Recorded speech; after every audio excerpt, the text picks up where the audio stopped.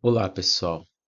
Dando continuação ao nosso estudo do cálculo diferencial, aí a gente continua agora com o limite de continuidade e a gente continua na parte de limite. Na aula passada a gente viu sobre continuidade, alguns conceitos, definição e exercício. Aí agora a gente vê a parte de limite, né? Bem parecido com continuidade, função contínua. Vamos lá. A definição, seja f uma função e p um ponto do domínio da função, ou extremidade, então esse ponto ele pode estar no domínio ou próximo ao domínio de um dos seus intervalos que compõe o domínio. Dizemos que f ela tem limite L, ou seja, o limite de f é igual a L, em um ponto P, se para todo epsilon arbitrário que você pegar, ou seja, todo epsilon dado, existe um delta, que depende desse epsilon, tal que para todo x dentro do domínio satisfaz essa condição, né? X menos P em módulo maior do que zero, menor do que delta, implica sempre que f de x menos zero é menor do que epsilon. A ideia de limite aqui é o que? É que x se aproxima de P, então f se aproxima de L. A diferença para a continuidade é que lá, quando x se aproxima de P, f se aproxima de f de P, né, da aula passada. E lá, o x não precisava ser diferente de P. Neste caso aqui, ó, o x ele é diferente de P, por causa x menos P maior do que zero, significa x diferente de P. Como ele é x menos P em módulo maior do que zero, quer dizer que x é diferente de P, certo? Tal número L, que quando existe ele é único, e pode ser indicado dessa forma. A gente diz que o limite, quando x tende a P, da função f de x é igual a L. Então, a gente representa dessa forma. Então, resumindo, ou melhor, reescrevendo a definição, a gente tem isso aqui, ó, que o limite, quando x tende a P, da função f de x é igual a L quando, né? Quando para todo epsilon maior que zero, existe um delta maior que zero, tal que para todo x dentro do domínio de f, é importante isso, o x está dentro do domínio da f, né? Tem-se que a distância de x até P é menor que delta, implica que a distância de f de x menos L é menor do que epsilon, certo? Então essa é a definição de limite. A gente vai ter esses casos aqui, ó. Nesse primeiro caso, a função não está definida no ponto P, ó, quando x é igual a P, a gente tem uma defasagem aqui, ó, do ponto, mas a gente tem um valor L no eixo Y. Nesse caso, se você fizer o x se aproximando do P, tanto pela direita quanto pela esquerda, você vai ter que a função aqui, ó, ela se aproxima do valor que y assume em L, mas a função ela não está definida nesse ponto. Então, neste caso, f de P não existe, e o limite, quando x tende a P, da f de x é igual a um valor L.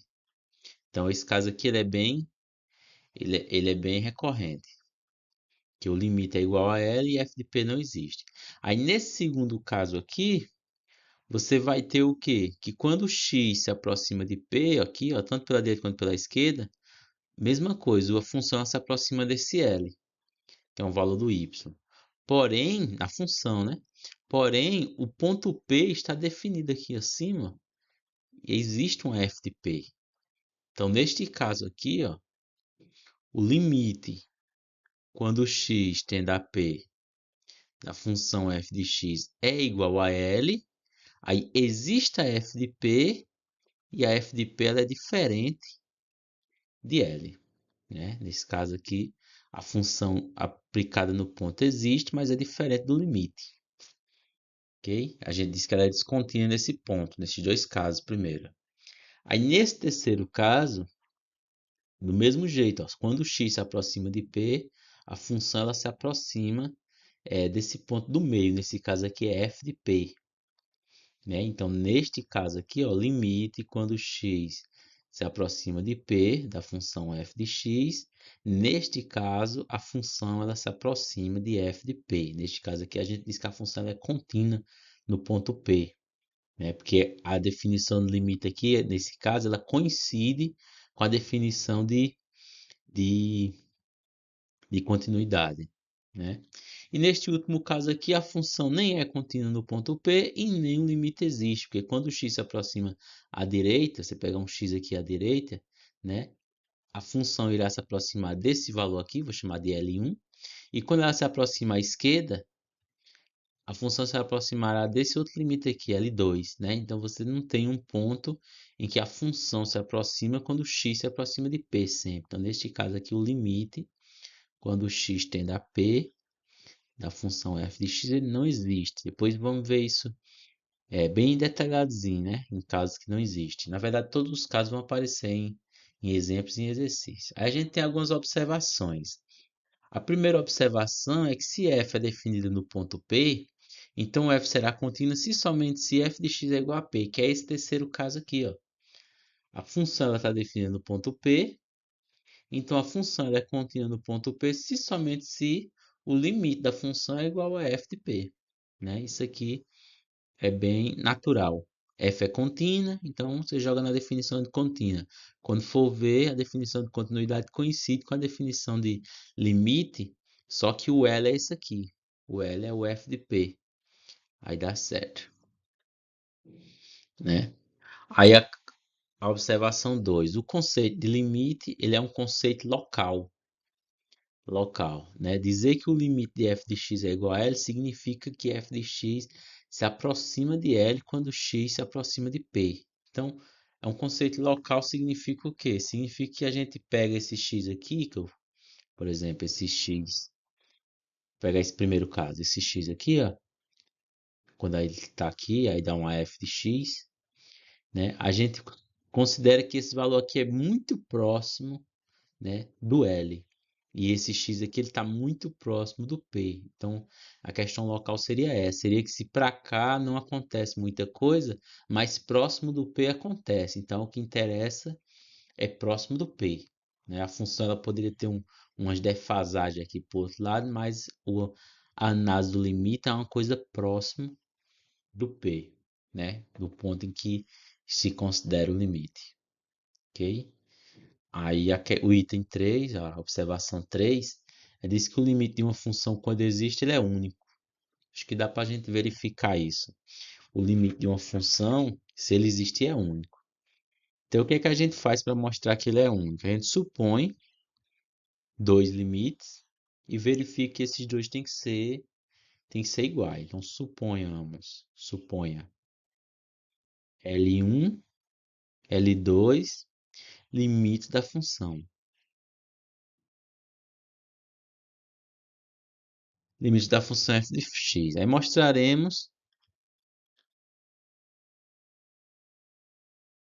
mostraremos que esses limites são iguais. L1 é igual a L2. Né? Vamos lá. Ó. Dado um epsilon maior que zero, o epsilon é arbitrário. Né? Então, para epsilon, existe delta 1, delta 2 maior do que zero, tais que, como o epsilon é arbitrário e o L1 e L2 são limites, então acontece isso aqui, ó.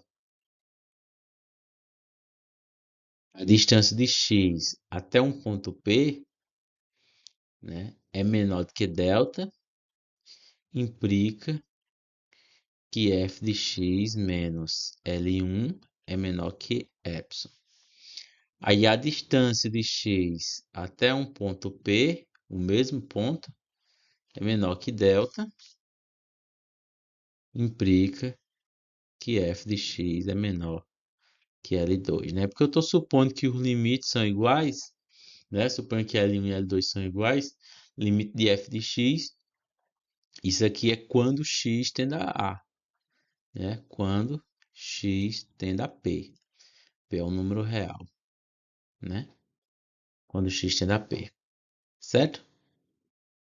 Pronto. Como o epsilon ele é arbitrário, ele pode ser qualquer valor. Então, eu posso supor, sem perda de generalidade, que é menor do que epsilon sobre 2. E aqui também, ó, epsilon sobre 2, né? Certo? Aí você faz o quê? O que é que eu quero que aconteça? Eu quero que essas duas coisas aconteçam ao mesmo tempo. Sim, aqui é epsilon 1 e epsilon 2, né? Existe epsilon 1 e epsilon 2. A ideia de existência é que existe um valor fixo, né? E a ideia de arbitrariedade do epsilon é que é qualquer valor. Aqui é qualquer valor. E aqui é um valor que existe, né? Aqui é tipo um número fixo e aqui é uma sequência de números, um conjunto de números, né? Tem essa ideia. Aí vamos lá, né? Então eu quero que essas duas coisas aconteçam ao mesmo tempo, para eu poder mostrar que L1 é igual a L2. Para que essas duas coisas aconteçam ao mesmo tempo, o que é que a gente faz? A gente pega um delta desse, né, que satisfaz essas duas condições. Se esse delta satisfaz as duas condições, então acontece essas duas implicações aqui. Então você toma um delta como sendo o menor desses dois, né? O mínimo entre delta 1 e delta 2. Eu posso dizer, pegar ele ainda como sendo menor ou igual, né? O delta como sendo menor ou igual do que o mínimo dos dois. Então, se esse delta é o mínimo entre delta 1 e delta 2, isso implica o quê? Ó, deixa eu colocar entre parênteses. Quer dizer que delta ele é menor ou igual que delta 1 e delta é menor ou igual que delta 2. Se ele é menor ou igual, né, do que delta 1 e do que delta 2,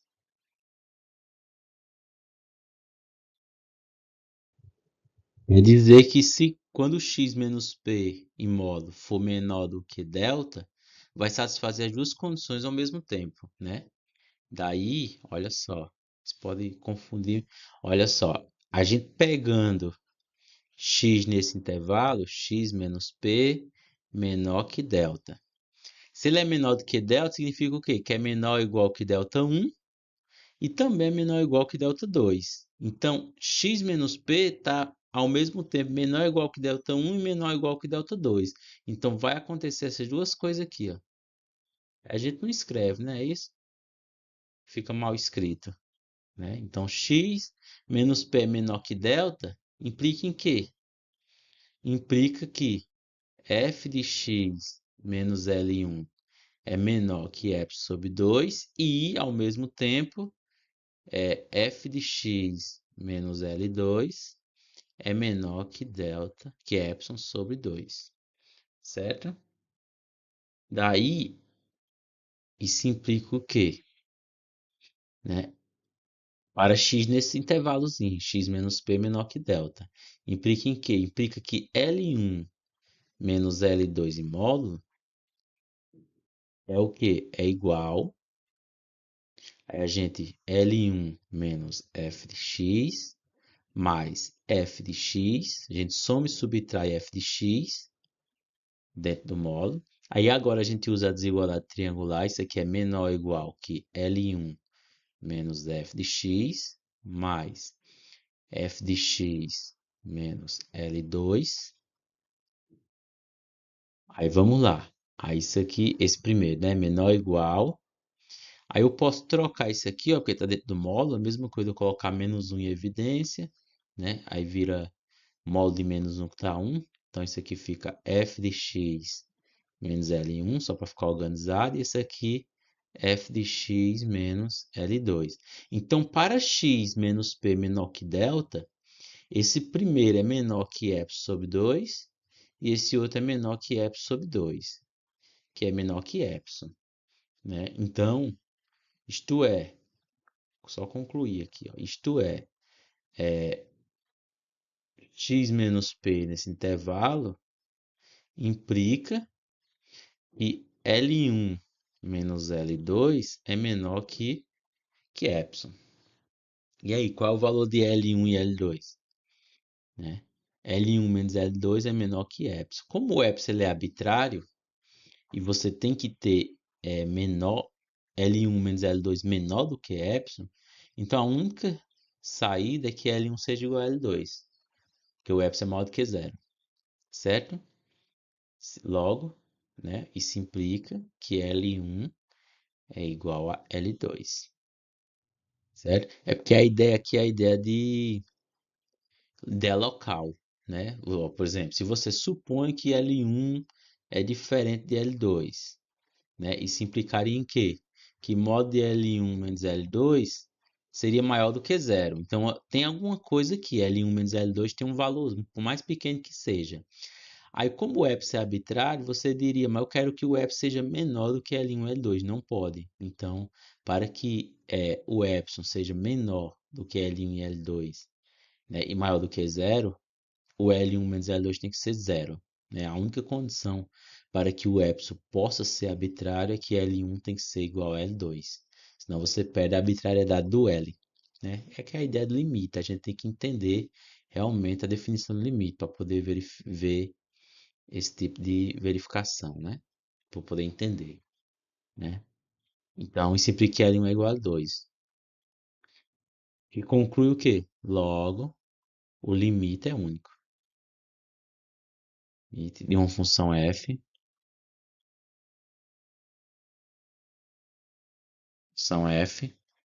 quando existe é único.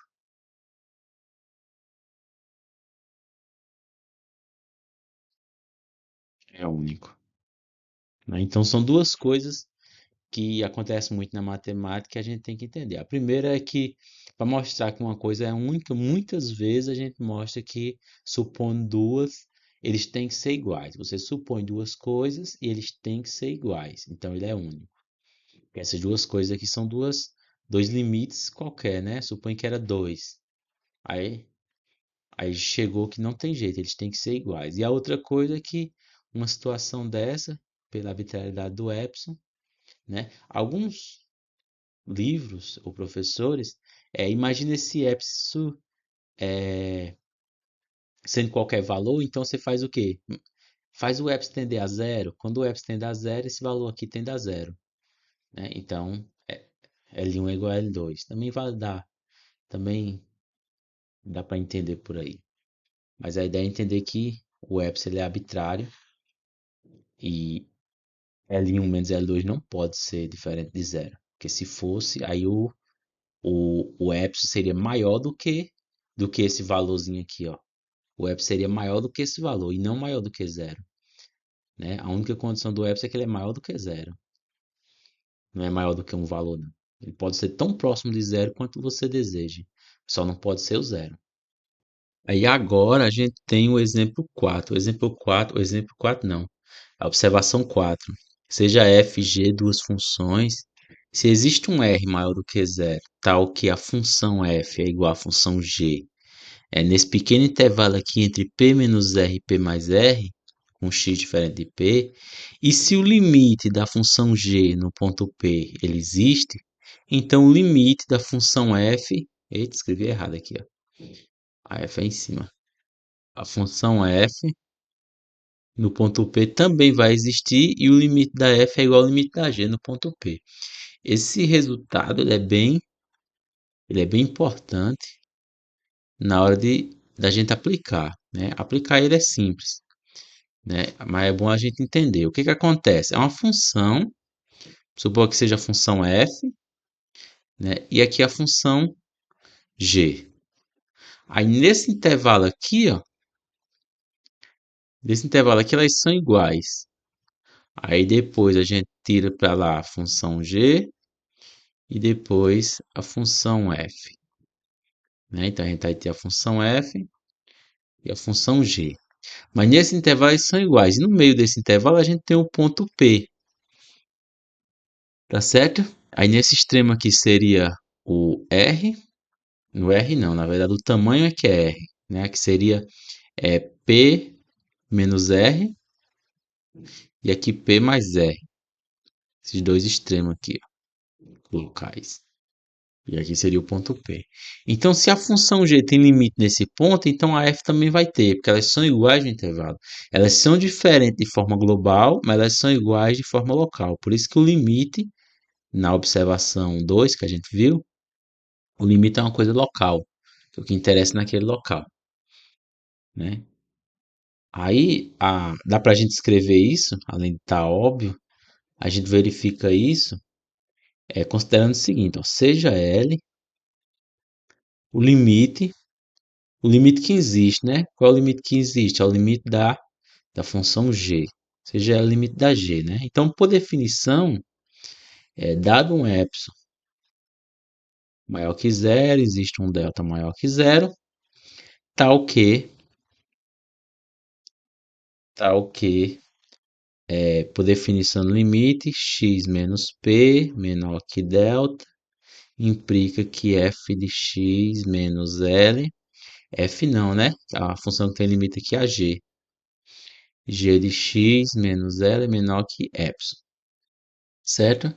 Então, como a hipótese envolve um R, esse R está nesse intervalo, é interessante a gente pegar que o delta fique relacionado com o R, né? Então, a gente toma o delta como sendo menor ou igual do que R, né? Esse R aqui que parece um Y. Daí, a gente vai ter o quê? Que para x menos p menor que delta, né? Isso implica que f de x é igual a x, é igual a g de x nesse intervalo, certo? Por quê? Porque eu peguei o delta menor do que r, né? Para r, para isso aqui menor do que r, a gente tem que elas são iguais. Então, como o delta é menor, então para menor do que delta, isso aí também são iguais. Então, serão iguais e g de x, por hipótese, né? G de x menos L é menor que epsilon, né? Donde a gente se tem que f de x menos L é menor que epsilon. Isto é, o limite quando x tende a p da f de x é igual a L. Isso aqui é só a escrita, porque essa verificação dessa observação, ela é bem visível, né? Porque eles são iguais, então é só trocar f por g e dizer no intervalo que elas são iguais, f de x é igual a g de x, então onde tinha g de x menos L menor do que epsilon, você tem que é f de x, também dá certo, ok? Aí agora a gente começa a fazer os exemplos, né? Exemplo um é o seguinte, tudo que a gente sabe é função contínua, função limite, né? E isso a gente vai construindo mais, aí a gente vai ver depois as propriedades, vai ver que funções polinomiais, funções racionais, elas são contínuas, então dá para a gente resolver e nem sempre a gente faz com epsilon e delta. Epsilon e delta serve mais para você demonstrar um limite. Então o que que acontece? Calcula o limite quando x tende a k ou quando x tende a p da função k, em que k é constante. Então nesse caso aqui, f de x é igual à função k constante. Para todo x que você pegar, a função é constante. Só que já foi visto, né, que a função constante ela é contínua, né? Como f, neste caso é contínua, o que acontece com a função contínua? Então, o limite da função é igual a f aplicada no ponto. Então, o limite, quando x tende a p, né, de k, vai ser o quê? Que eu quero calcular. É igual ao limite quando x tende a p da função f, né? A função f é igual a k. Só que como ela sendo contínua, o limite quando f de x, quando x tende a p é o quê? É a própria f de p. E f de p é quem? Para todo x a função é k constante. Então, em particular para f de p, quando x é igual a p, a função ela é k. Então, o limite da constante é a própria constante, seja qual for o p. O argumento é esse, é usando a ideia de função contínua via limite. Veja só, outro exemplo. A gente faz a mesma ideia. Como nesse caso f de x é quem? 3x menos 2. Né? Como f, essa função aqui, 3x menos 2, ela é contínua, Quando diz ela é contínua em todo ponto, né? Aí, em particular, em particular, ela é contínua em 2, né? No ponto 2, em x igual a 2. Então, a gente faz a mesma coisa, ó, limite quando x tende a 2, tende a 2 de f de x, no caso 3x menos 2 é igual ao limite quando x tende a 2 da f de x. Aí isso aqui é o quê? Como ela é contínua, isso aqui é a f de 2.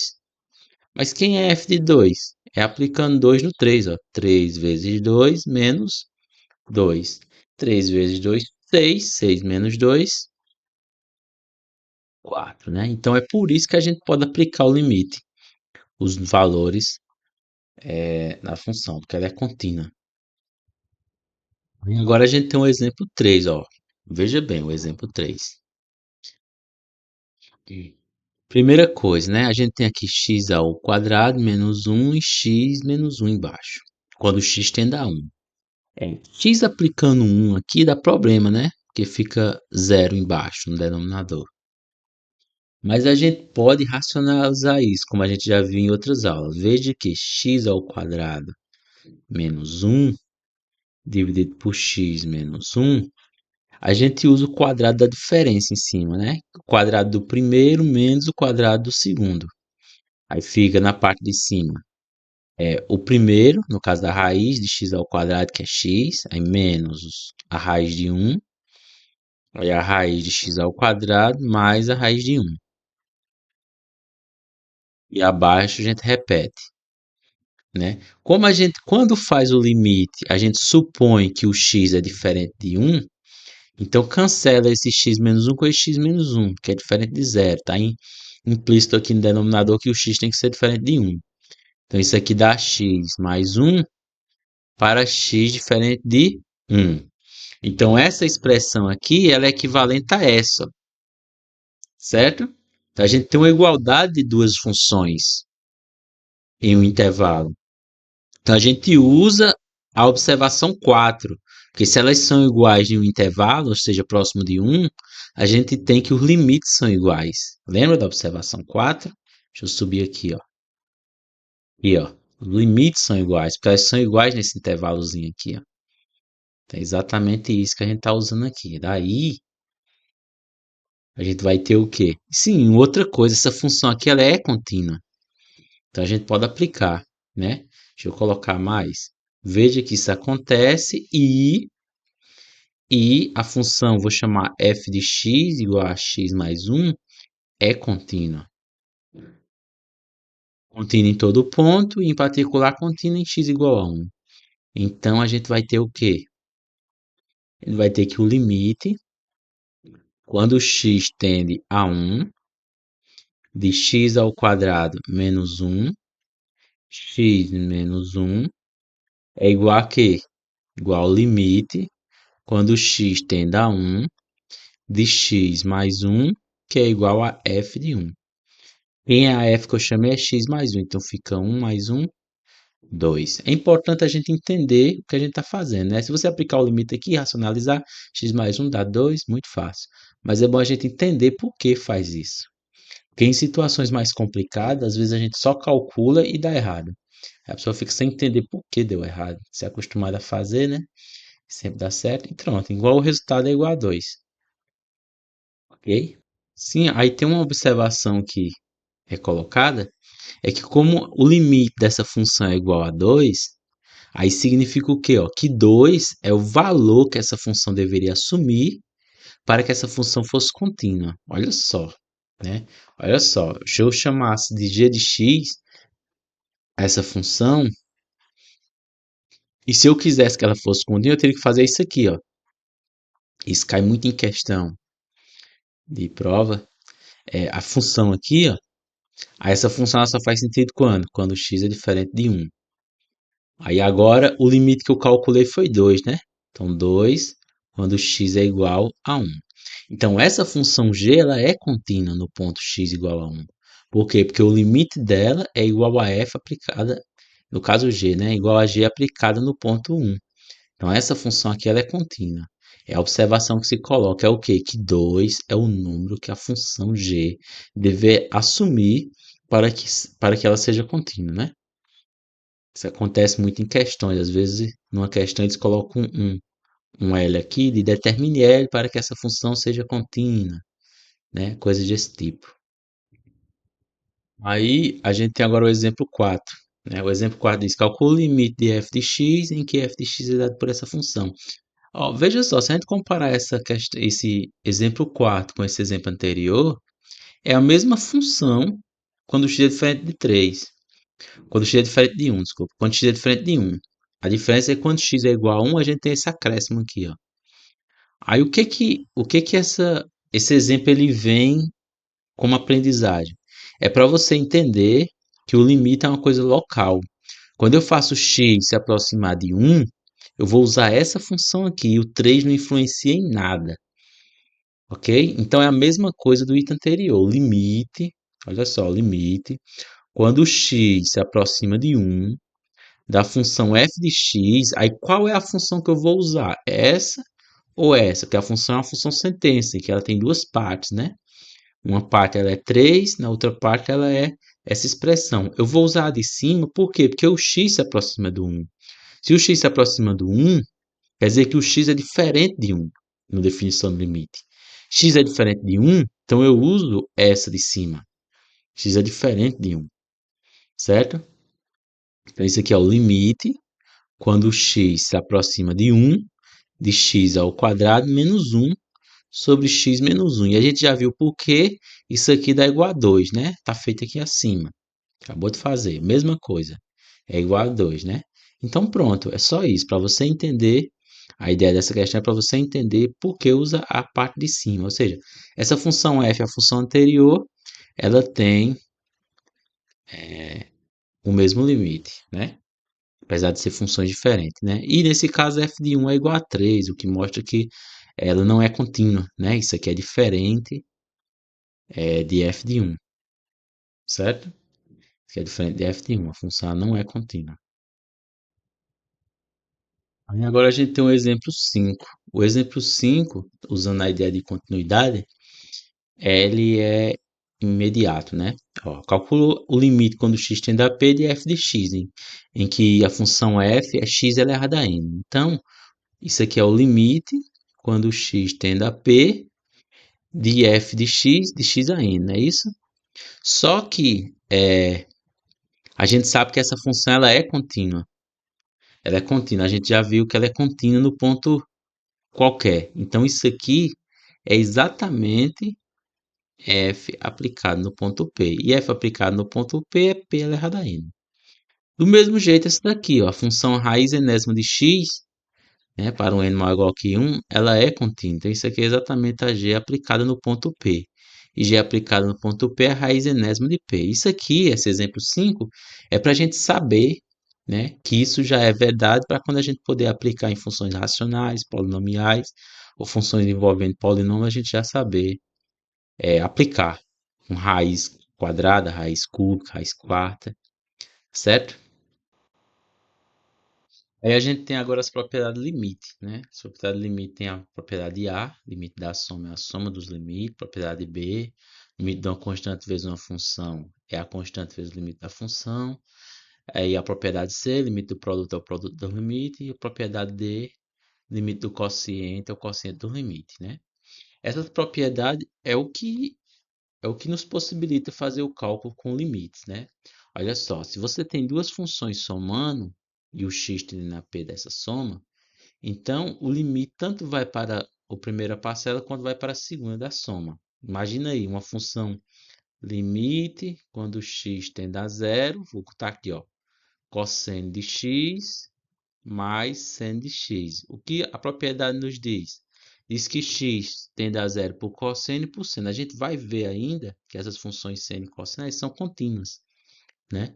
Então, isso ficaria o quê? Cosseno de zero e seno de zero. No caso, cosseno de zero mais o seno de zero. Cosseno de zero é 1 e o seno de zero é zero. Então, isso aqui daria 1.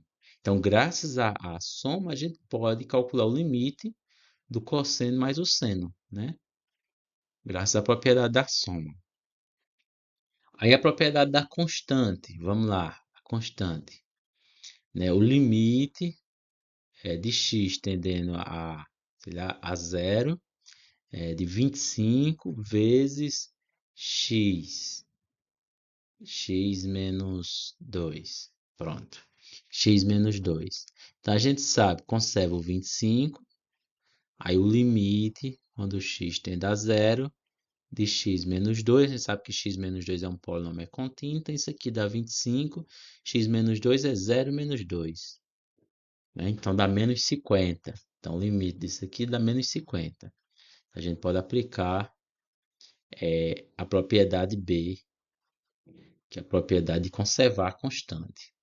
Na C é a mesma coisa da anterior, da soma, só que aqui é um produto, multiplicação. Então, limite, quando x tende a zero, do cosseno de x vezes o seno de x, fica o limite quando x tende a zero do cosseno vezes o limite quando x tende a zero do seno.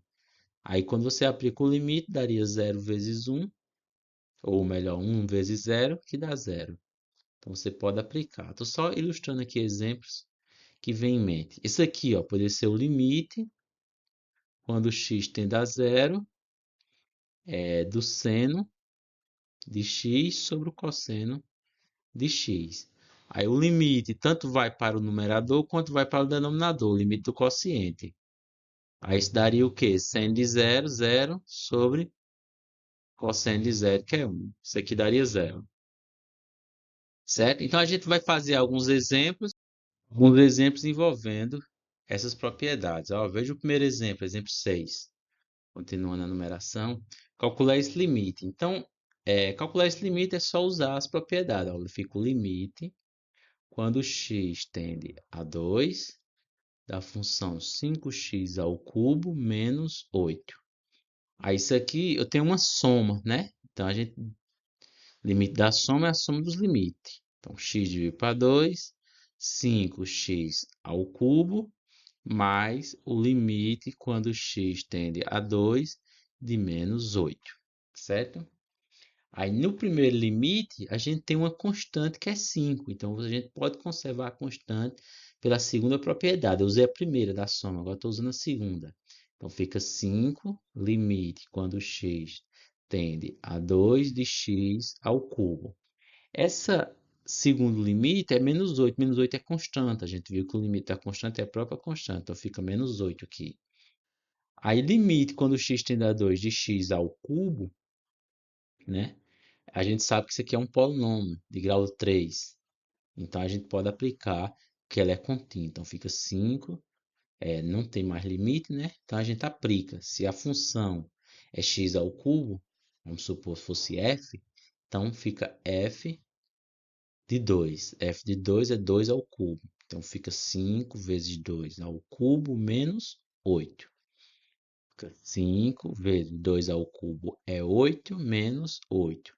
5, 8 menos 8 dá 4, 8. Né? 4 vezes 8, 32. Certo? E agora, exemplo 7. Calcule o limite quando x tende a 3 da função que tem numerador raiz de x menos raiz de 3 e denominador x menos 3. Não dá para a gente calcular o limite aqui usando a propriedade de razão aqui, a propriedade D, né? Fica o limite de cima e o limite de baixo. Por quê? Porque embaixo a função x menos 3 é contínua, mas no denominador não pode aparecer a função. Então essa propriedade aqui, ela só é válida, deixa eu colocar em vermelho, ela só é válida quando g de p é diferente de zero. Né? O que não é o caso, que a função aqui de baixo x menos 3 aplicada no p, o p aqui é 3, viu? É igual a zero, então não pode fazer isso. Então o que é que a gente faz? A gente tenta escrever essa função como sendo equivalente a outra função no intervalo x menos 3. Veja só, veja que, veja que x menos 3 pode ser escrito como? Como raiz de x ao quadrado menos raiz de 3 ao quadrado, né? Ao quadrado. Ele botar raiz de 9, vai botar um 9 em cima. Ao quadrado. Aí aqui a gente pode usar o quadrado da diferença, em que raiz de x é o primeiro, raiz de x menos raiz de 3 e raiz de x mais raiz de 3. Raiz de 3 é o segundo. A gente usou o quadrado da diferença. Daí a gente vai ter o quê? Né? Daí a gente vai ter o quê? Que o limite, quando x tende a 3, da raiz de x menos raiz de 3, dividido por x menos 3, é igual a quê? O de baixo a gente viu aqui em cima, pode ser escrito dessa forma. Então, isso aqui fica o limite, quando x tende a 3, raiz de x menos raiz de 3, e abaixo fica raiz de x menos raiz de 3, vezes raiz de x mais raiz de 3, quadrado da diferença. Se você distribuir isso aqui, volta para x menos 3. Aí, como raiz de x é diferente de raiz de 3, porque o x é diferente de 3, né? Então, a gente vai ter o quê? A gente pode cancelar raiz de x menos raiz de 3 em cima e embaixo, porque é diferente de zero. Essa expressão ela é diferente de zero. Então, fica o limite quando x tende a 3, em cima fica 1, quando fizer a divisão, raiz de x mais raiz de 3. Agora sim, a gente pode aplicar a propriedade. O limite de 1, vou aplicar a propriedade, o limite quando x tende a 3, de 1, e embaixo o limite quando x tende a 3, da raiz de x mais raiz de 3. Lembrando que essa propriedade que eu apliquei, de fazer essa redução, essa transformação, de transformar essa função nessa, ela vem da observação 4, em que essas duas funções são iguais em uma vizinhança, né? Elas são iguais próximo do 3. Então, o limite da constante 1 é 1, e o limite dessa função aqui, que ela é contínua, né? Pode ser o limite da soma, o limite da raiz de x, que ela é contínua, ela é raiz de 3 mais raiz de 3, que dá 1 sobre 2 raiz de 3, ok? Então, a gente fica usando essas propriedades, né? Mas depois, posteriormente, quando tiver mais familiarizado, a gente faz essas contas mais diretas, porque se for detalhar, dá muito grande, que vai vir questões bem elaboradas.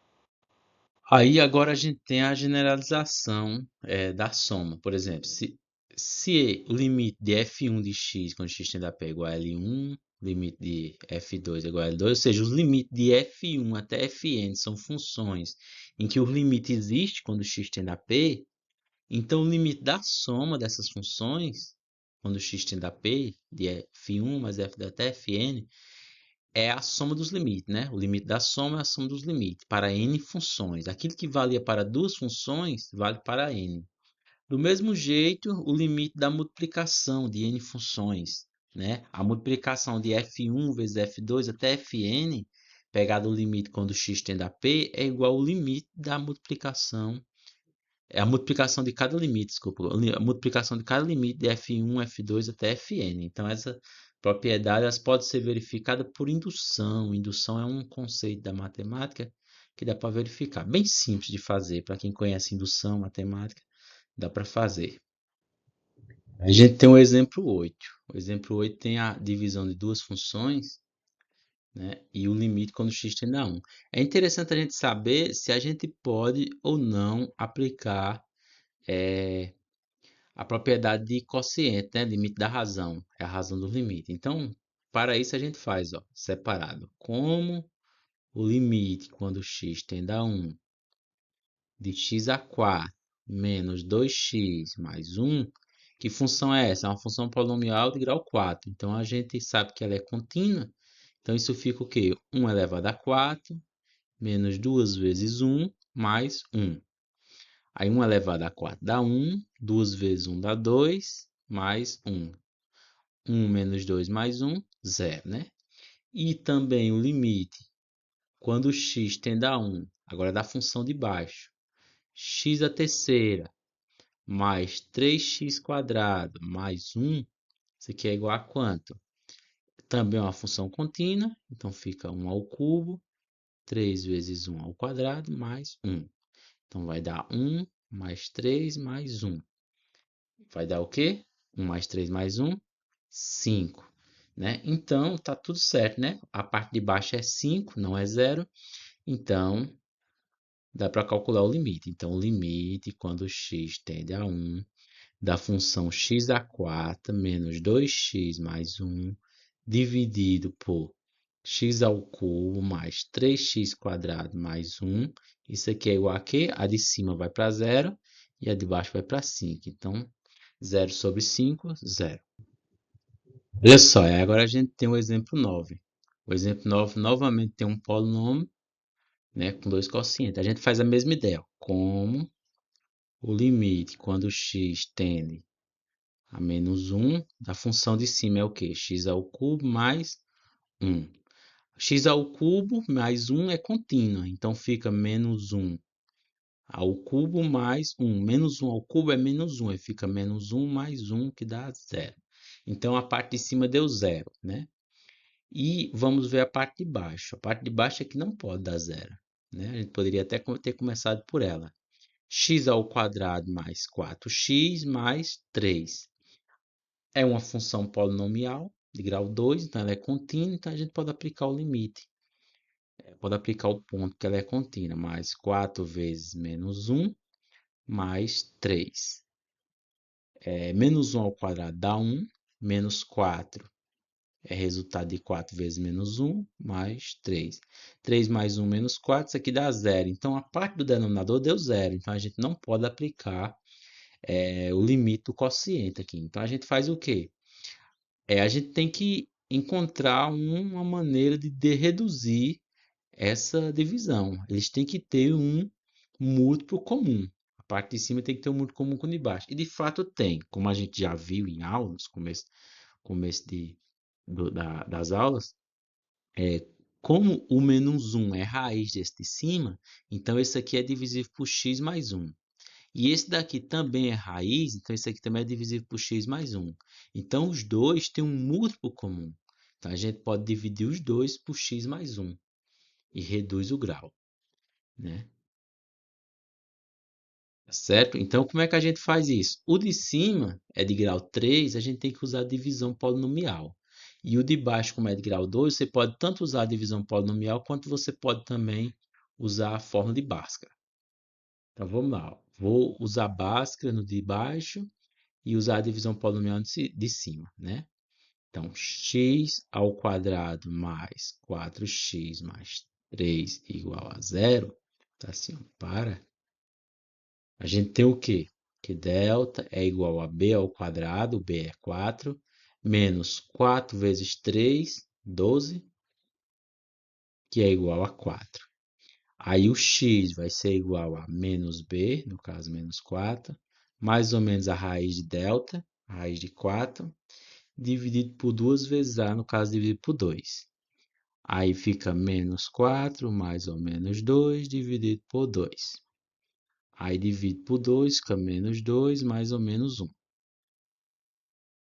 Então, o primeiro ponto, x1 vai ficar menos 2 mais 1, menos 1. E o segundo ponto, x2 vai ficar menos 2 menos 1, menos 3. Fazendo muito rápido aqui, porque forma de Bhaskara é assunto do primeiro ano do ensino médio, né? Pronto, então, a gente tem o quê? Isso é a parte importante, ó, que x ao quadrado mais 4x mais 3 é igual a A, mas só que A aqui é 1. x1, x menos a primeira raiz, só que a primeira raiz é negativa, fica positiva. X menos a segunda raiz, também é negativa e fica positiva. Pronto, então a gente tem essa igualdade. Agora a gente vai para o de cima, a gente já reduziu o de baixo. X ao cubo mais 1, divisão, né? Divisão polinomial. X ao cubo mais 1 é divisível por x menos a raiz, só que a raiz é menos 1. Aí fica mais 1. Lembrando que é x menos a raiz. A raiz é menos 1 e fica x mais 1. Então vamos lá. Como é que eu divido isso? Vou colocar de azul. Você divide o primeiro pelo primeiro, então x ao cubo dividido por x dá x ao quadrado. Aí esse x ao quadrado que você dividiu o primeiro pelo primeiro, ele volta multiplicando tudo e trocando o sinal. X ao quadrado vezes x, x ao cubo, aí troca o sinal.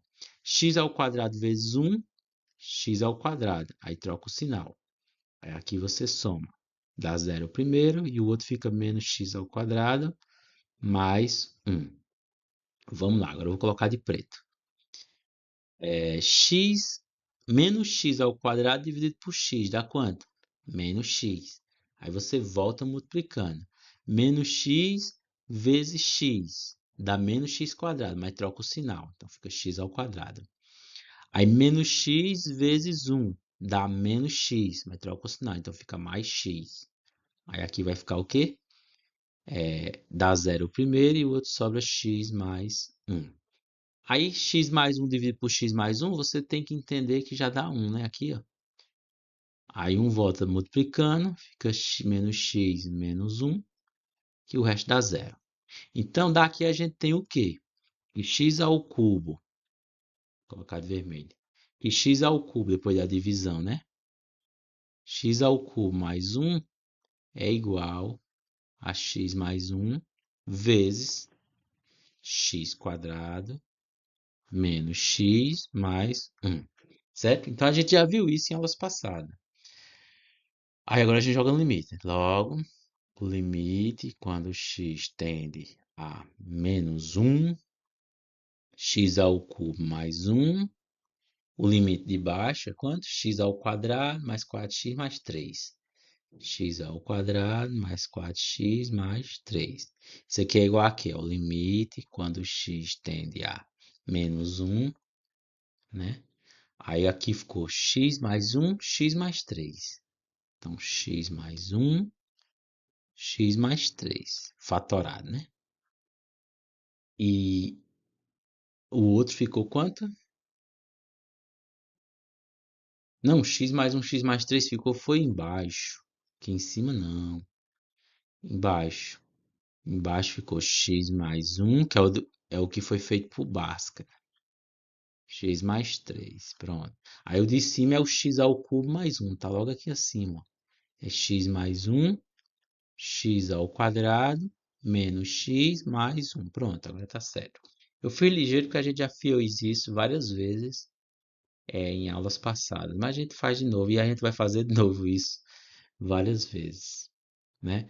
Aí pronto, aí isso aqui, ó, cancela com esse. Por quê? Porque x se aproximando de menos 1 quer dizer que x é diferente de menos 1. X diferente de menos 1 quer dizer que x é diferente, x mais 1 é diferente de zero, né? Isso aqui implica que isso aqui é diferente de zero. Então eu posso dividir em cima e embaixo. Tem nenhum problema, né? A gente nem escreve que ele é diferente de zero, deixa subentendido aqui pela colocação. Então, isso aqui vai ser o limite quando x tende a menos 1. Aí em cima fica x ao quadrado menos x mais 1. E abaixo fica x mais 3. Pode ver que o denominador, ou seja, a parte de baixo, ela não dá mais zero. Então, você já pode aplicar a propriedade do quociente, né? Aplica o limite em cima, quando x tende a menos 1, de x ao quadrado menos x mais 1. E aplica o limite embaixo, quando x tende a menos 1, de x mais 3. O limite em cima, a função ela é contínua, é um polinômio. Então fica o quê? Fica menos 1 ao quadrado, deixa eu colocar embaixo. Fica menos 1 ao quadrado, né? Menos 1 mais 1. É isso? E abaixo fica menos 1 mais 3. Aí menos 1 ao quadrado dá 1, mais 1, mais 1. E abaixo fica menos 1 mais 3, que dá 2. Então, dá 3 sobre 2, tá certo? 3 sobre 2. Sempre que você tiver um polinômio que o denominador dá zero, né, é interessante tentar sair desse problema, né? Geralmente, quando você está a trabalhar com limite que o denominador dá zero, o numerador também dá, para você poder fatorar e sair desse problema. Acaba dando tudo certo. Aí agora a gente tem o exemplo 4. O exemplo 4 não, desculpa, o exemplo 10. O exemplo 10 envolve essa diferença de raiz cúbica. Eu vou só subir aqui para a gente lembrar de um parecido que a gente acabou de fazer. Cadê? Tarará. Aqui. Olha, esse aqui, a mesma coisa, só que envolvia raiz quadrada, né? Aí a gente usou o quê? O quadrado da diferença. Ah, então lá eu vou usar o cubo da diferença? Exatamente. A gente usa o cubo da diferença. E para usar o quadrado da diferença aqui, eita, eu vou aqui. Para usar o cubo da diferença, a gente teve que visualizar que o x é igual a raiz de x ao quadrado, né? O x é igual a raiz de x ao quadrado. Então lá a gente vai visualizar o quê? Que o x é igual a raiz cúbica de x ao cubo, né?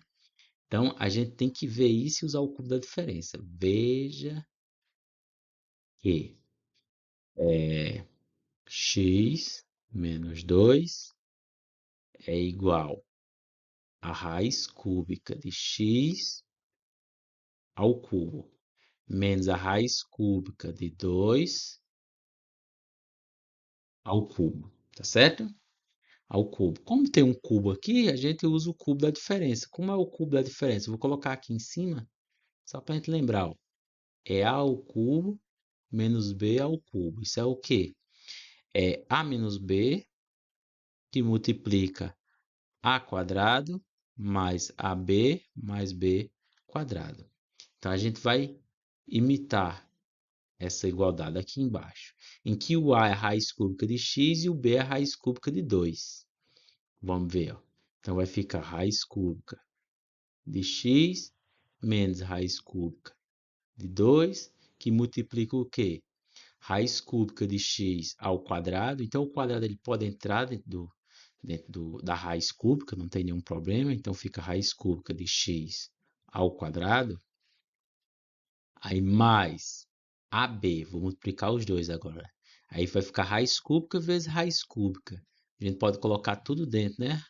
2x, raiz cúbica, aí mais raiz cúbica de 2 ao quadrado. No caso, raiz cúbica de 2 ao quadrado, raiz cúbica de 4. Certo? Certo, né?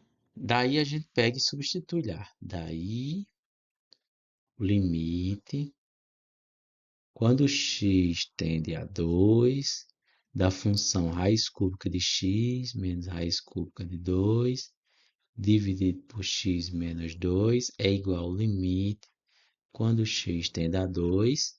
A parte de cima a gente não mexeu, então deixa ela aqui, raiz cúbica de x menos raiz cúbica de 2, e a parte de baixo a gente mexeu aqui, então vai ficar o que? Raiz cúbica de x menos raiz cúbica de 2, que multiplica todo esse negócio aqui, ó.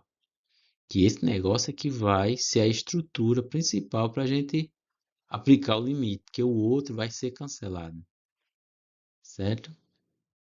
Raiz cúbica de 4, certo?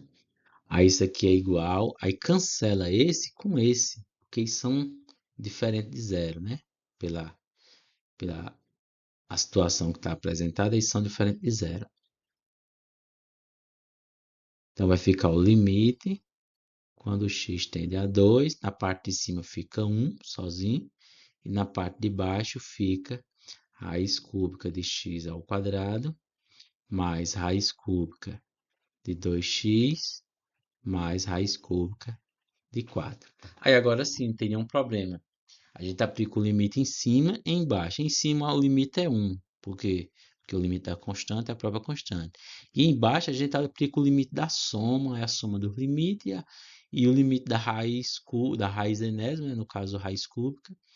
O limite ele entra dentro da raiz, né? Vamos dizer que o limite entra dentro da raiz.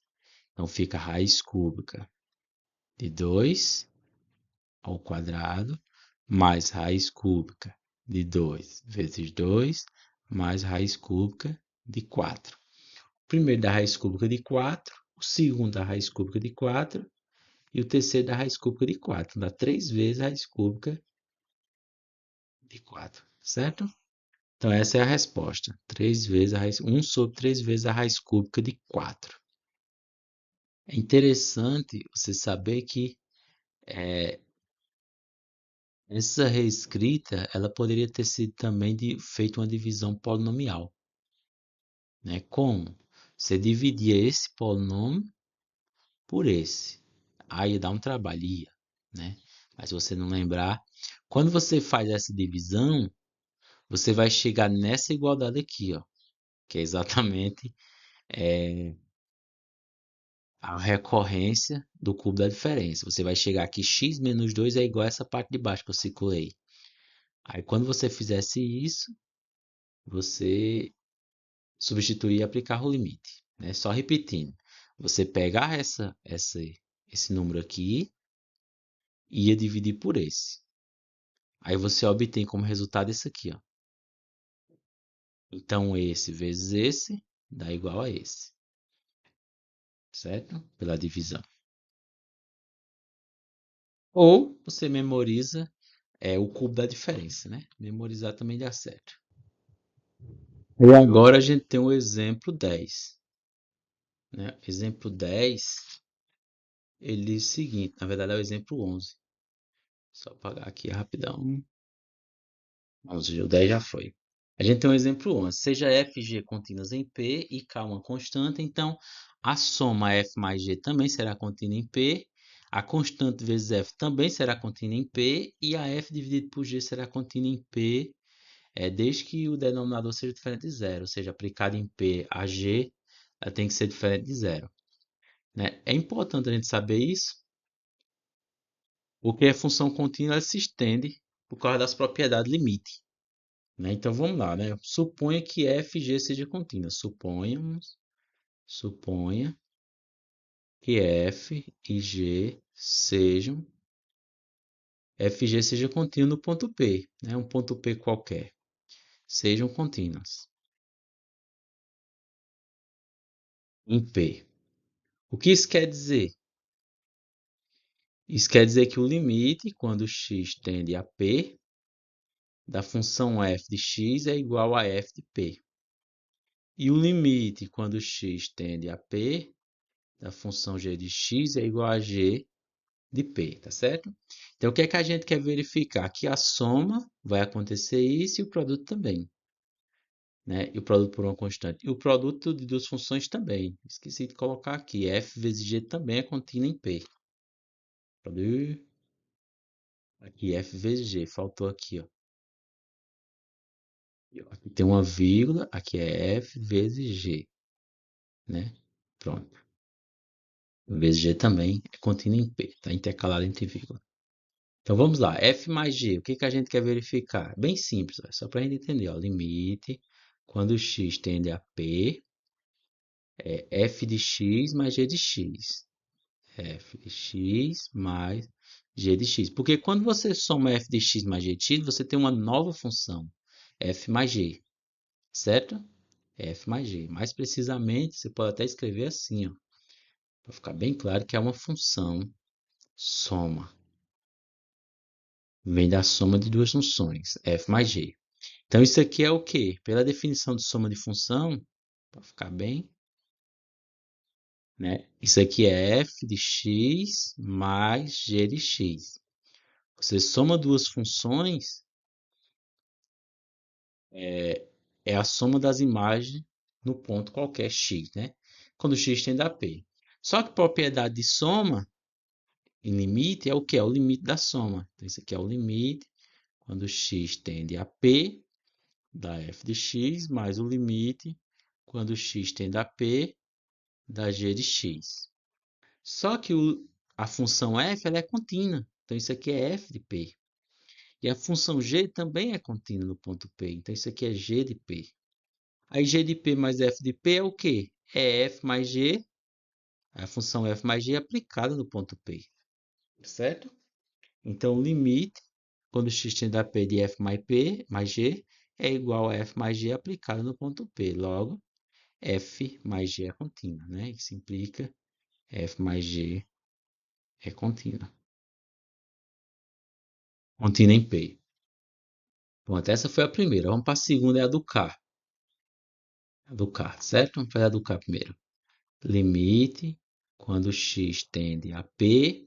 Aí, como é a multiplicação K vezes uma função? É assim, ó. É K vezes uma função aplicada na x, certo? Só que k vezes uma função aplicada na x, por definição, né, é a função k aplicada na função x no ponto x, né?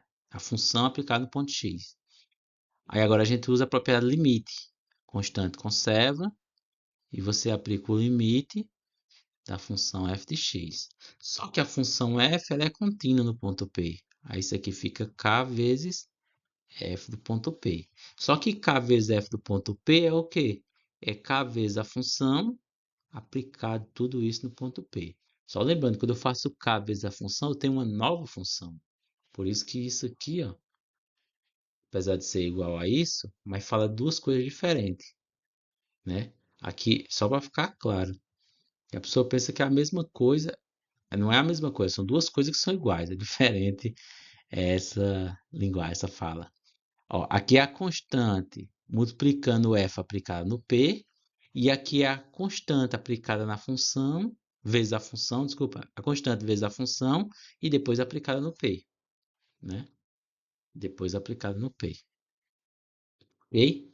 Então vamos para o próximo. O próximo é o produto, o limite, quando x tende a p, de f vezes g aplicada no ponto P, não, ponto x, certo? Produto de duas funções. Então, multiplicando as duas funções, ela dá uma nova função. Só que a multiplicação de duas funções é o quê? É a multiplicação das imagens pela função. Então, fica x tendendo a p, de f de x vezes g de x. Fechou. Certo? Aí, por definição, propriedade de limite, isso aqui é o limite quando x tende a p da função f de x, vezes o limite quando x tende a p da g de x. Então, isso aqui dá o quê? A f é contínua, então é f de p. E a g também é contínua, então fica g de p. Então, isso aqui fica a f que multiplica a g aplicada na p. Então, kf é contínua em p, a função kf é contínua em p aqui em cima, e aqui fg é contínua em p aqui embaixo também, aqui abaixo, certo? Qual é a próxima? Quociente, né? Mesma coisa, quociente. Né? O limite, quando x tende a p, aí o quociente é assim, ó, f sobre a g aplicada na x, certo? É uma função quociente aplicada na x. Só que, por definição, a função quociente aplicada na x, ela é o quê? Ela é a função aplicada na x, a imagem dela, né? E pela imagem da g, aplicada na x. Aí a gente usa aqui o quê? Propriedade. Limite quando x tende a p da f de x sobre o limite quando x tende a p da g de x. Podemos fazer isso porque a g ela é diferente. G de P é diferente de zero. Então, isso aqui, a F é contínua no P, então F fica F de P, e a G é contínua no P, então fica G de P. Só que F de P sobre G de P é F, é a função F, quociente com G, né? Que se chama quocientada com G, aplicada na P, né? Isso implica o quê? Que F quocientada com G é contínua em P, certo? Bem interessante essa questão, porque elas vêm da ideia de função contínua junto com limite, né? Faz com que a gente fuja da definição do limite, fuja do epsilon, do delta, que trabalhar com aqueles resultados é bem mais trabalhoso, certo? Aí a gente tem a observação, ficou aqui acima, a soma e o produto se generaliza para n funções, né? Ou seja, se f1, vamos supor, f1, f2, até Fn, que são contínuas, no ponto P, então F1 vezes F2 vezes Fn é contínua, né, no ponto P. E F1 mais F2 mais até Fn também é contínua em P. Como é que se faz isso? Por indução matemática, né? Por indução matemática. Não vou fazer não. Mas é bem simples de fazer. Simples, simples, simples mesmo. Uma vez que você entende indução, né? Toda função polinomial ela é contínua, exemplo 2, né? Simples também de verificar, ó, seja f uma função polinomial, seja f uma função polinomial. Polinomial. Então, a forma de uma função polinomial geral, né? Vamos supor que ela seja de grau n, né? É dessa forma aqui, ó, f de x é igual a n x a n mais a n menos 1 x a n menos 1, vai diminuindo o grau, né? Aí mais a1x mais a0. Então, essa é a forma geral de uma função polinomial. Ele está dizendo que toda função é polinomial é contínua. Para qualquer ponto dos números reais, essas funções aqui, ó, elas são contínuas, né? Então, a função polinomial, por tratar de uma combinação de multiplicação e soma, então ela também será contínua. Como x a n é contínua, né? Para todo n variando entre 0, 1, né? Melhor, para ficar mais bem escrito aqui, tá errado essa escrita. Certo é você mudar a letra, supor que seja i. Então, i, porque o n aqui é fixo. Então, não vou variar o n. I variando até o n. Pronto, agora sim. Então, f é contínua. F é contínua.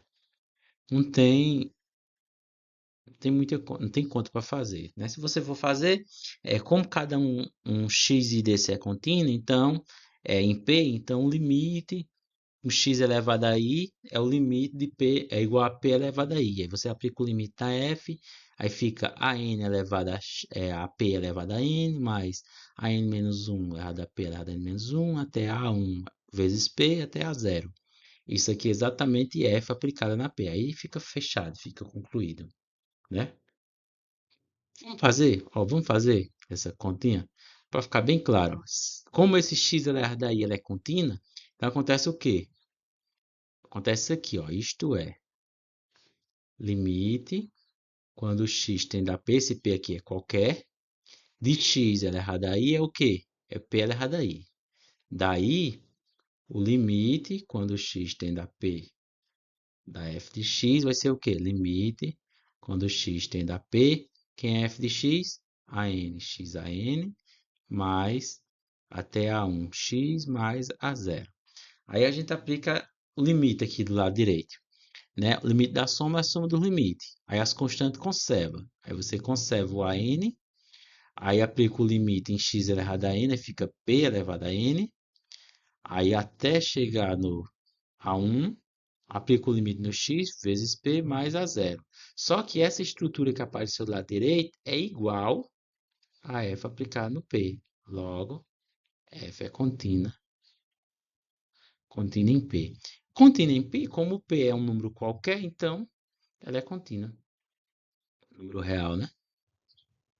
Aí a gente tem o exemplo 13. O exemplo 13 tem que f, dada por essa estrutura aqui, ó, 3x a sexta, menos um terço de x a quinta, raiz de 2x, mais raiz de 3 é contínua. De claro, né? Que é contínua, que é um polinômio, né? É contínua, pois f é um polinômio. Ou seja, é um caso particular do exemplo 12. Né? O exemplo 12, uma função polinomial é contínua. Então, o exemplo 13 é contínua e não tem justificativa para fazer conta. A justificativa é porque é um polinômio, que trata-se de um polinômio. Aí a gente tem o exemplo 14. Toda função racional é contínua. Lembrando, uma função racional, deixa eu colocar aqui, ó, uma função racional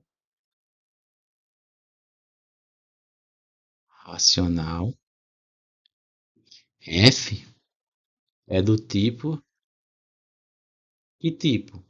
F de x mais g de x sobre h de x, em que o que acontece? Essa função racional. No domínio da f, h de x é diferente de zero, v e h são polinômios, né? E h de x é diferente de zero para todo x dentro do domínio da f, certo? Então, é fácil fazer isso. Por quê? Porque como g e h são polinômios, então são contínuas. Se elas são contínuas, satisfaz isso aqui. Logo, acontece isso aqui, ó. Limite quando x tende a um ponto P qualquer, da g de x é igual a g de P. E o limite quando x tende a um ponto P qualquer, né? Lembrando que o ponto P está no domínio da f, de h de x é igual a h de P. Daí, a gente tem o quê? Tem que o limite quando x tende a P da f de x é igual ao limite quando x tende a P da função g de x dividido por h de x. Aí aplica a propriedade limite, limite do quociente é o quociente do limite. Quando eu aplicar o limite na parte de cima, fica g de p. E quando eu aplicar o limite na parte de baixo, vai ficar h de p. Lembrando que h de p é diferente de zero, porque p está no domínio da f. E a função h está definida para domínio da f. Para o domínio da f, ela é diferente de zero, quer dizer. Isso aqui é exatamente a f da p, né? Logo, f é contínua. Ok? A gente tem agora o exemplo 16, né, que ele diz, prove que o limite de f de x, quando x tende a p é igual a zero, se somente se o limite do módulo de f de x, quando x tende a p é igual a zero, né? Se somente se, a gente faz a ida e a volta. É bem simples, ó. Suponha que o limite, quando x tende a p, da f de x é igual a zero. Eu quero provar, né? Então, eu tenho uma capa da definição. Isso acontece quando? Isso acontece somente se, para todo epsilon maior que zero, existe um delta maior que zero, tal que, para todo x dentro do domínio da f, né, se tem o quê? E a distância de x até p menor que delta implica que a distância da f de x menos zero, no caso, é menor que epsilon, não é isso? Só que, né, veja que, né, veja que o módulo da f de x menos zero, a distância do módulo de f de x menos zero, é igual ao módulo do módulo de f de x, né? Aí só que é o módulo do módulo, é o próprio módulo de x, porque o x passa a ser positivo. O f de x em módulo passa a ser positivo, então o módulo de um número positivo é um número positivo. E isso daqui é exatamente a f de x menos zero. Então isso aqui é menor do que delta, né? Então, logo, isso daqui, ó, x menos p menos delta, implica que f de x menos zero é menor que epsilon, onde em módulo, né? Implica que é menor que onde o limite quando x tende a p do módulo de f de x é menor não, né? É igual a zero, né? Então essa foi a ida. Você pode ver que a volta é a mesma coisa, por causa dessa igualdade acima. Não tem. Você vai só escrever a mesma coisa voltando. Veja só. Na volta. É, na volta. Né? Não, na verdade, se eu for fazer a volta, a gente escreve isso aqui, ó, de trás para frente, né? Escreve isso. Aí isso, por definição, é isso. Aí como isso é igual a isso aqui, aí acaba saindo de cima, né? Então, eu confundi com a outra que vai vir depois, né? A outra tem a volta escrita, essa daqui não. Deixa eu apagar aqui. Aqui que não tem volta, a volta já foi feita. Veja só. É igual se somente se, aí se tem isso aqui, aí vejo isso aqui, logo, isso aqui acontece, se somente se f de x é igual a zero, certo? Vou tirar só isso aqui, ó. É se somente se limite do módulo é igual a zero. Aí agora a gente tem o exemplo 17. O exemplo 17, ele diz que o limite de f de x quando x tende a p, se ele for igual a L, então o limite quando h tende a zero de f de p mais h é igual a L. Então acontece aqui tipo um deslocamento. Aí dá uma ideia de substituição, veja só. No lugar do x ficou p mais h, e a variável agora é h, porque p é um ponto fixo, né? Então se x se aproxima de p mais h, soma h dos dois lados aqui, ó. P mais H, que é x mais H, tende a P mais H. Não, pera. P mais H é o ponto x mais H, né, da variável. Né? Aí se o H tende a zero, né, H,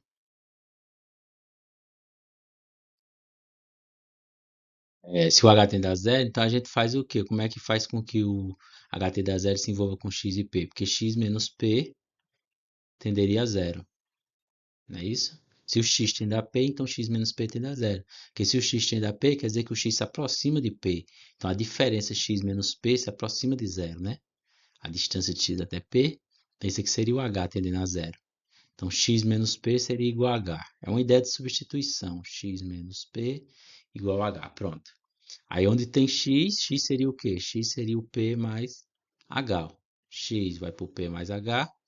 E o x se aproxima de P, se transforma em h se aproximando de zero, né? Então, a ideia dessa verificação é você saber que podemos fazer essa substituição. Eu não posso fazer a substituição para mostrar que pode fazer a substituição, porque não faz sentido, né? Então a gente tira pela definição a ida e a volta, né? Agora é uma coisa mais voltada a entender do que fazer, né? Ó, se o limite de x tende a p da f de x é igual a L, por definição a gente tem o quê? Ó? Dado um epsilon maior que zero, dado o epsilon maior que zero, existe um delta maior que zero, tal que para todo x dentro do domínio da f, se tem, ou tem-se, se tem o quê?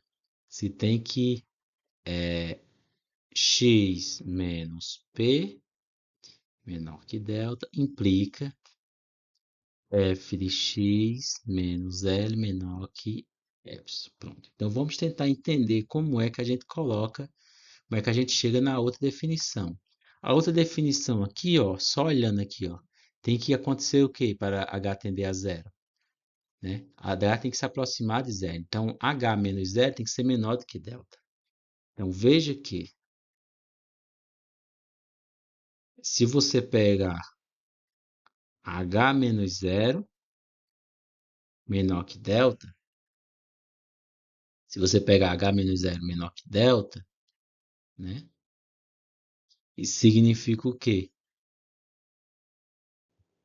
Significa o quê, né? Significa, eu só vou escrever tirando zero. Zero é zero, né? Menor que epsilon. Mas eu vou colocar o P aqui, porque eu quero relacionar o P. Porque é o x menos o P que faz com que essa diferença seja menor do que epsilon. Né? É o x menos o P. Então, eu tenho que pegar uma variável menos P. Aí, essa variável aqui, ó, menos L, vai ser menor do que delta. Certo? Então, o que está variando aqui para mim, o que está variando para mim é o H. Então, eu vou envolver o H com o P, que é para, né? Então, vai ficar o quê? Ó, 0 menor. Como é que eu envolvo o H com P? Eu vou somar e subtrair P e organizar aqui, fica P mais H menos P, em modo menor que delta. Veja só, Quando x menos p é menor que delta, ou seja, x se aproxima de p em termos de distância, então f de x menos L é menor do que epsilon. Então, agora, usando essa parte de cima, isso implica em quê? Quem é o valor, a variável que está se aproximando de P menos delta? É P mais H. Né? Então, a ideia do X é a ideia do P mais H aqui. Então, fica F da variável. Quem é a variável aqui? P mais H. Menos L menor que epsilon. Tá certo? Menos L é menor do que epsilon. É exatamente a definição do limite. Então, isso aqui implica que o limite, quando h se aproxima de zero, h se aproxima de zero porque eu tenho h aqui no começo se aproximando de zero, da função f, né, f de quem? F de p mais h, minha variável agora é p mais h, é igual a L. Tá certo? Então, vamos fazer a volta, né? Suponha, ou seja, se h, quando h tende a zero, de f de p mais h é igual a L, né? Dado um epsilon maior que zero, existe um delta maior que zero, tal que para todo x dentro do domínio da f se tem o quê? Se tem isso aqui, né? Ó, zero menor que o módulo de h. O módulo de h é a distância de h até zero, né? Então, h está se aproximando de zero. Isso implica que o módulo de f de p mais h, que é a nossa variável aqui, na verdade é a nossa função aplicada nesse deslocamento aqui, menos L é menor que epsilon. Peguei como definição, né? Aí, de novo, veja que eu quero fazer o que agora? Quero fazer, para voltar, eu quero fazer o x se aproximar do p, né? Para fazer a ida, eu fiz o h se aproximar de p, por isso que eu olhei o que acontece quando o h se aproxima de zero. O h se aproximar de zero, quer dizer. Ou seja, eu fui olhar o que H acontece com H quando ele se aproxima de zero. Então, eu cheguei que f de p mais H é igual a L. Agora, eu vou olhar o que acontece quando o x, aqui, quando o x se aproxima de p. Então, veja que x se aproximando de p, né, aqui é como se eu estivesse dizendo isso. X se aproximando de p, acontece o quê? O que acontece quando o x se aproxima de p? A gente pode reescrever isso aqui também, ó. Né? X se aproxima de P significa o quê? Que x menos P se aproxima de zero, não é isso? Porque está sendo menor do que delta. Então, a variável aqui, né, é x menos P. O x menos P se aproxima de zero. Aí eu estou dizendo o quê? Aqui em cima eu tenho por hipótese. Quando a variável se aproxima de zero, então f de P mais a variável menos L se aproxima de zero, em termos de distância. Aí aqui, quem é a variável que está se aproximando de zero? X menos P.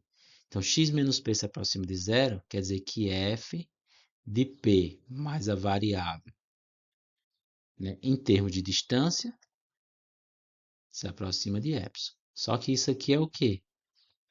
F de P menos P fica f de x menos L menor que epsilon. Né? Que isso implica que o limite, quando x tende a P, da f de x é igual a L. Não sei se deu para entender, né? Porque não dá para fazer esse detalhe, é questão de entender mesmo, certo? A gente tem agora o exemplo 18, o último exemplo antes da gente começar os exercícios. O exemplo 18 diz o seguinte, é uma conservação do sinal. Suponha que o limite de f de x quando x tende a p é igual a 1L, prove que existe um delta maior que zero, tal que para todo x do domínio da função, acontece isso aqui, ó, x está entre p menos esse delta e p mais esse delta, né? Essa ideia aqui é a ideia de distância, implica que f de x é maior do que zero, né? Esse pedaço aí. Veja só, o que a gente tem por hipótese? Que o limite, né? O limite, quando x tende a p, da f de x é igual a L. Né? Então, isso acontece o quê? Dado o epsilon maior que zero, existe um delta. Ixi, Maria.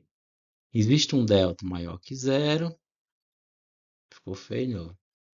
Existe um delta maior que zero, tal que para todo x dentro do domínio da f, acontece isso aqui, né? Ó, 0 menor que x menos p, que é menor que delta, isso implica que é f de x menos L menor que E. Equivalentemente, essa parte da esquerda ela pode ser escrita dessa forma, porque é uma questão de distância, a gente já viu isso. Pode ser escrito como P menos delta menor que x menor que P mais delta. Mas esse maior aqui, ele quer dizer o quê? Quer dizer que o x é diferente de P. Então, além dessa desigualdade que eu coloquei, eu tenho que colocar também que o x é diferente do P, né? Então, isso aqui implica... Aí, qual é a desigualdade equivalente aqui do lado direito? É que seja L menos epsilon menor que f de x menor que L mais epsilon, certo?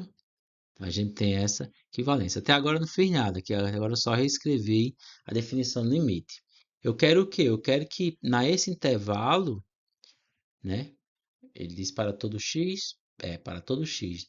Para todo x nesse intervalo, a gente tenha, é, a gente tenha f de x maior que zero, né? Para f de x ser maior que zero, a gente vai ter o que aqui?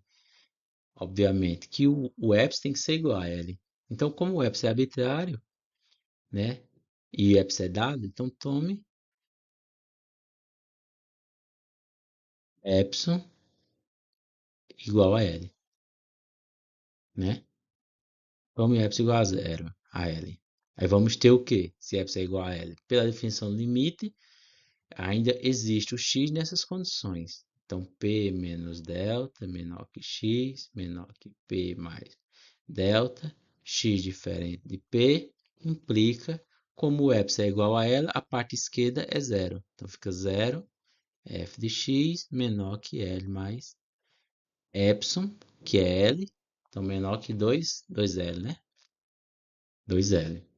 Né? Então, P menos delta menor que x, menor que P mais delta, x diferente de P, implica, aqui já é suficiente para a gente saber que o f de x ele é maior do que zero, certo? Então, você vai fazer epsilon igual a L. Epsilon é arbitrário, para todo epsilon dado acontece isso, então, em particular, para epsilon igual a L, acontece isso. Então, a gente consegue um delta, existe esse delta, tal que f de x é maior que zero, né? Porque é uma questão de existência. Dado um epsilon, existe um delta, né? Leva um tempo para a gente entender isso. Dado um epsilon, existe um delta. Então, dado um epsilon igual a L, vai existir um delta também. Dado o epsilon igual a 1, vai existir um delta. Dado o epsilon igual a 10, vai existir um delta. Então, qualquer que seja o epsilon maior que zero, vai existir um delta, né? Você pegar o epsilon extremamente pequeno ou extremamente diferente, com raiz, que for, vai existir um delta, porque o limite existe, tá certo? Beleza, então na próxima a gente começa a fazer os exercícios de limite, né? Aí, importante a gente ter em mente as propriedades e todas as observações para poder aplicar o limite nos exercícios. Até lá. Valeu.